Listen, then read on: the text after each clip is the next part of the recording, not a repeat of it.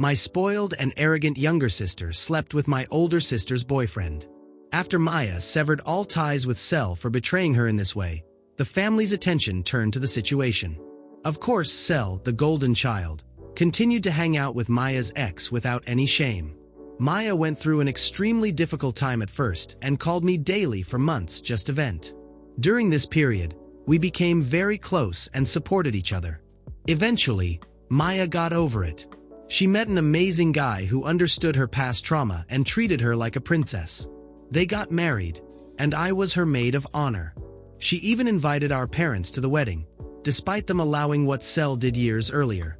However, they didn't show up. A few years later, our parents finally reached out to Maia, begging her to reconcile with them. That's when all the chaos started. Maia agreed to reconcile and went to dinner with her husband, Adam. Sel was also there, with her husband, Maia's ex. During the night, I noticed Sel trying to get close to Adam and flirt with him, but he avoided her. When it came time for dinner, our parents made a toast. Suddenly, Sel stood up and began her performance. "I'm so lucky to be here. I almost died when I was young." She then turned to Maia and said, "Sis, I know it must be hard for you because your ex is now my husband, but thank you for your blessing. I know it must be painful to be here, knowing how hard it was to compete with me, but I applaud your courage." That was when Sel received the biggest lesson of her life. Adam, a former Marine, stood up furious. He stared at her and, without hesitation, destroyed Sel with his words. "Do you think you're so special just because you were a miracle baby? You know what? I was a miracle baby too, but I don't go around bragging about it like you. You're so pathetic that the only achievement in your life was something accidental. What else do you have to show for yourself? Everything you have, you basically borrowed from my wife, even this pathetic husband of yours, who spent the entire night flirting with every cousin in this room. You're so annoying, even he can't stand you. You know the truth? You have nothing. You are nothing. You're so shameless and pathetic that you tried to flirt with me. You've already been with her ex, and now you want her husband too? I'd rather die than be with a woman like you, whose worth is less than a paper bag. You've always been jealous of my wife because you know you'll never be as incredible as she is. That's why you stole from her, because that was the only way you could have what she has. But no one wants you. No one loves you. How does it feel to know that you're going to die alone? It's nice, isn't it? You sleep well at night, knowing there isn't a single person in the world who would take a bullet for you? No one cares about you."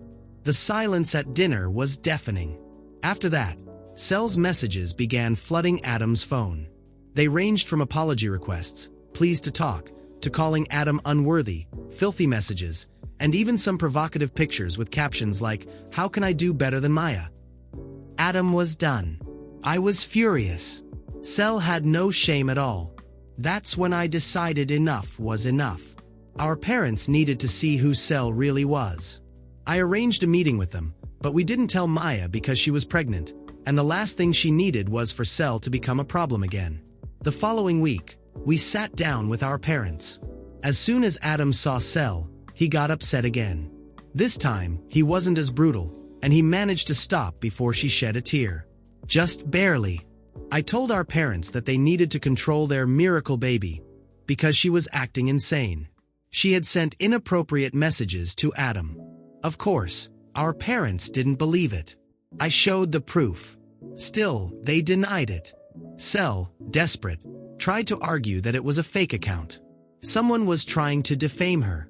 But then, her idiot husband, whom I lovingly call Douchvakum, forcefully took her phone and found all the messages. He started shouting and yelling at Sel. She shrank back, crying, unable to defend herself because she had been caught. Douchvakum looked at our parents and said, "You raised a pathetic liar."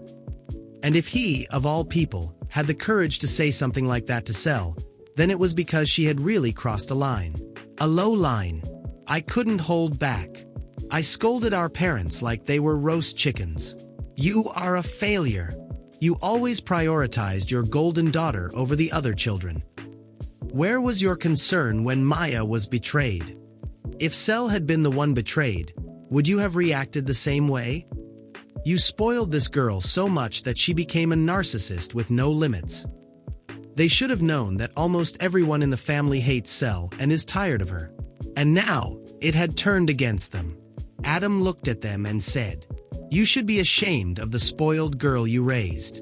You are terrible parents.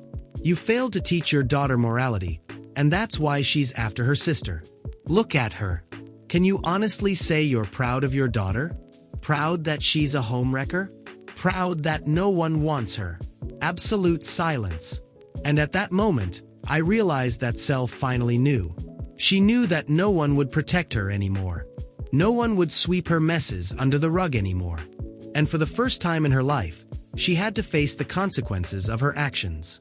My parents didn't say a word. Finally, I looked at them and told them to go to hell. Maia and I severed all ties with them. Don't bother calling us. You invested your whole life in your spoiled daughter, so ask her for help when you're old. That's when my mother started crying, saying it wasn't fair that the whole family was abandoning them. I looked at her and asked, "And whose fault is that?" My father was practically defeated. I'm sure other family members also confronted them and threatened to cut ties because of Sel. 6 months later, Sel got into big trouble again. This time, however, since she had no one left to torment, she turned her attention to our parents. My mother was still busy spoiling Sel, but I started to notice that my father was changing. Slowly, he seemed to realize the behaviors that made Sel become who she was. Over time, he started to get increasingly irritated with Sel. And eventually, he learned to say no to her. My mother, on the other hand, remained blind. Sel was her golden child, who never did anything wrong. Then money started disappearing from her purse. Weeks later, Sel started showing up at the house with new things: watches, shoes, makeup. When they asked where the money came from, she made up stories about getting a government grant. Of course, my mother instantly believed it. But my father became suspicious. It took him a while to accept the idea that his own daughter might be stealing. But when he finally believed it, he decided to test his theory. He bought a camera and installed it in the room. The next time Sel showed up with new things, he checked the recordings.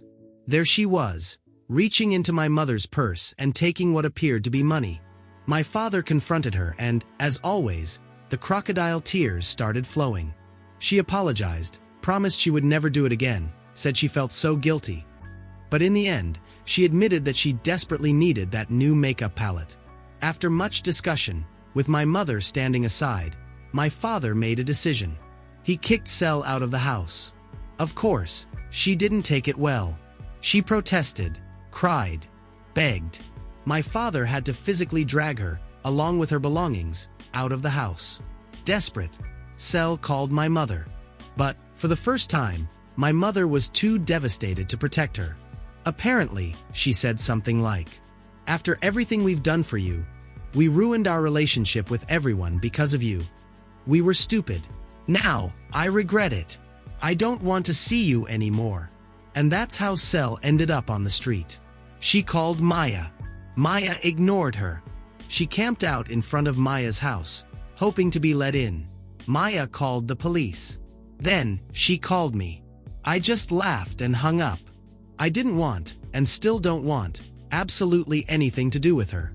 A few days later, my father called me. This time, begging for reconciliation. He told me everything that happened. And as much as I know that all of this was their fault, as much as they deserve to be held accountable for their actions, I can't help but almost feel sorry for them. They lost everything. At the end of the day, despite everything they put me and Maia through, they are still my parents. And somehow, I want them to be happy. I know that, at least, they still have each other. And finally, they are on the path to repairing their relationship.